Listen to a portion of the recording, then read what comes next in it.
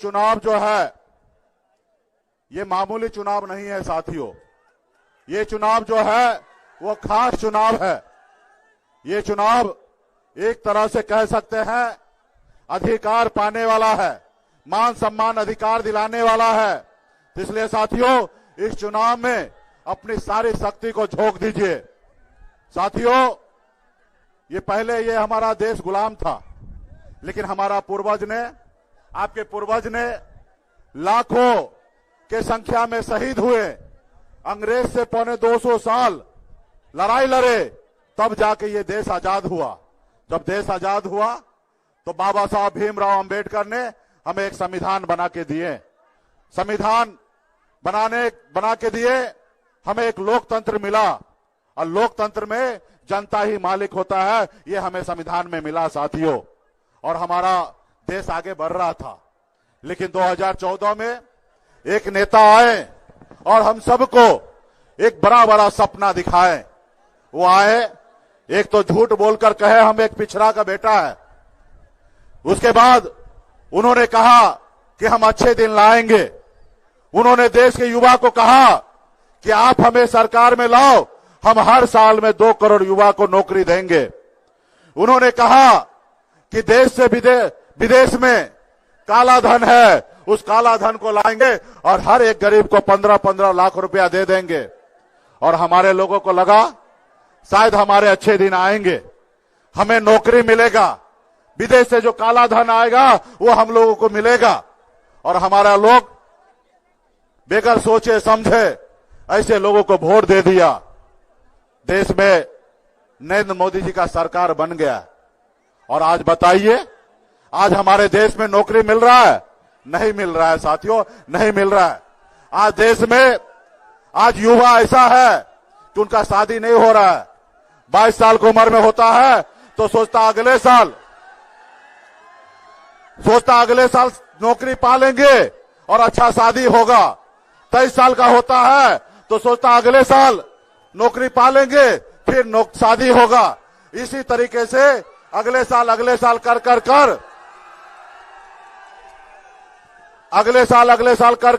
35 साल पूरा हो जाता है।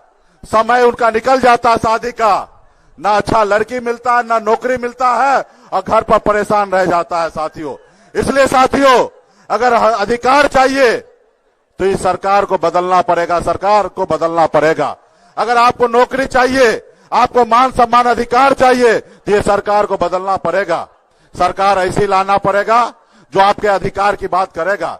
जैसे हमारे आदरणीय लालू प्रसाद जी के विचारधारा वाले सरकार, आपने देखा जब मुख्यमंत्री नीतीश कुमार जी महागठबंधन के साथ सरकार बनाए तो आपने देखा 2 परिवर्तन बिहार में हुआ। 2 परिवर्तन आपको मैं बता रहा हूं। एक, सामाजिक न्याय को मजबूती करने के लिए जाति आधारित गणना कराया गया, और जब जाति आधारित गणना कराया गया तो SC, ST, OBC, अति पिछड़ा सबका आरक्षण का दायरा बना और ये समाज आगे बढ़ रहा है साथियों, आगे बढ़ रहा है। दूसरा, लाखों नौकरी युवा को मिला साथियों। भाजपा और जेडीयू पहले से भी था, आप सबको पता होगा कि नौकरी कहीं पे नहीं था। जब ये महागठबंधन का सरकार बना तो नौकरी आप लोगों को मिला, क्योंकि ये लालू प्रसाद यादव जी का ही विचार है कि गांव में गरीब युवा को नौकरी मिले साथियों। इसलिए मजबूती से आप सबसे आग्रह है कि मजबूती से महागठबंधन के लिए लड़ाई लड़िए। और पार्टी हमारे जितने भी वीआईपी पार्टी के नेता है, आप सबको मैं याद दिलाना चाहता हूं कि साथियों मजबूती से संघर्ष कीजिए, लड़ाई लड़िए। ये भाजपा वाला जो है वो कभी आपके साथ नहीं होगा। आपने देखा ना 2020 में हमने 4 विधायक बनाया, संघर्ष किया, लड़ाई लड़ा, हमारे दम पर बिहार में सरकार बना। हम अगर समर्थन नहीं देते तो नीतीश कुमार बिहार का मुख्यमंत्री नहीं बनता, लेकिन हमने समर्थन देके उनको मुख्यमंत्री बनाया। लेकिन उन्होंने हमारे साथ क्या किया, हमारे विधायक को खरीद लिया।